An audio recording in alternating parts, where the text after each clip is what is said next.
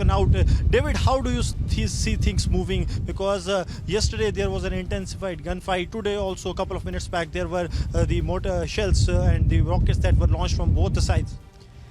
We're still disappointed to see that there's still buildings in the Gaza Strip. Very soon there won't be. Gone are the days that Jews don't know how to protect themselves. We're going to protect ourselves. We realize now they took off their disguise.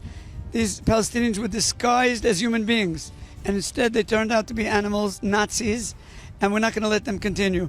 We're going to be bombing them for many, many months, maybe even a year. We're not going to have to go in. We're going to bomb them until they realize that just terror doesn't pay. Shravan, there is one more strike on the Gaza side. If VJ Surendra Shah can show you, now you will see smoke coming out from the two places. So another one has been just hit by the Israelis. So regular attacks are being made on the Gaza side by the Israel side, and this has become a new normal for this area because we have been here. Another area has now been hit. So three places have been hit now. In last 20 seconds we have been speaking that more and more bombardment is being done on the areas of Gaza by the Israel side. So this speaks of the volume, Shravan, that how intensified operations are on, and as we speak we can hear the voice of the fighter jets of the Israel side roaming in the skies. So this shows that how they have intensified their operations, Shravan. Well, in fact, we'll play out that report in a short while from now.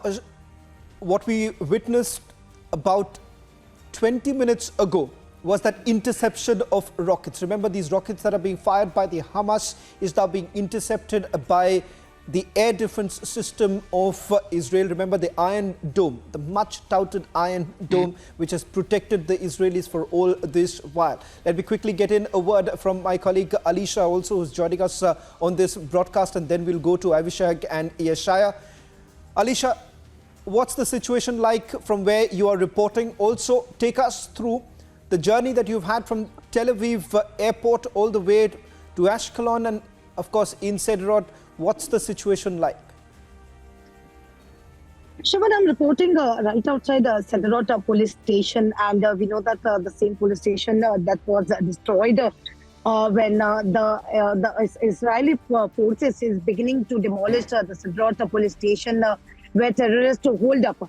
We're trying to show you the visuals. It's something we are unable to even get a network here, but yes, we have been seeing the visuals where the police station has they've been trying to, they are demolishing the police station that was where the terrorists hold up, and there are police officials here. See, they've been trying to get it operate, and there are senior police officials who have also reached to the location. I'll just try to pan my camera and just show you the visuals where the police officials have been taking the stock of the situation. But yes, in a few minutes later, earlier, when we saw that there were rockets that was fired from the Gaza Strip, and here the visuals that we have been witnessing at this point of time, where the Israeli police are beginning to demolish a police station in Sderot, where a number of Hamas terrorists were holed up earlier.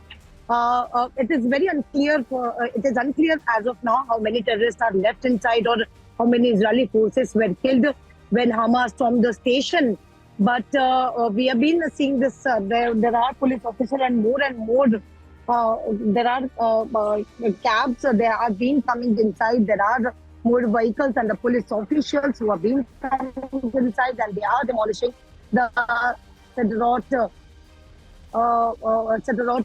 police station where the terrorists hold up. So we are just trying to show the visual. There are senior officials, police officials who have reached to the location, and they have been looking into the situation. They are trying to look into what is the current situation as of now. But we even heard there were more and more rockets. There were massive shelling which was underway, and the siren here is also being continuously, as we can hear. But this is the police station where we have been reporting from, where the terrorists were pulled up. Well, in fact, while we stay with these visuals, we'll stay full frame with the visuals coming in from Sderot, which is closer to Gaza border. And what we'll do over the next couple of minutes, take our viewers through what really happened on Saturday and why Sderot is so very crucial at this point in time. Ladies and gentlemen, on the day when the attack began, the infiltration started also from places like Sderot. In fact, there were 2 jeeps that were used by Hamas terrorists, machine gun mounted jeeps that entered Sderot. Remember, they indiscriminately started firing in residential areas. In fact, those visuals that have been accessed by Republic TV, we've gone through them, spoken to the locals on the ground to piece together what really happened. In fact, we'll also go across to Yeshaya in a short while from now. He's there at Sderot.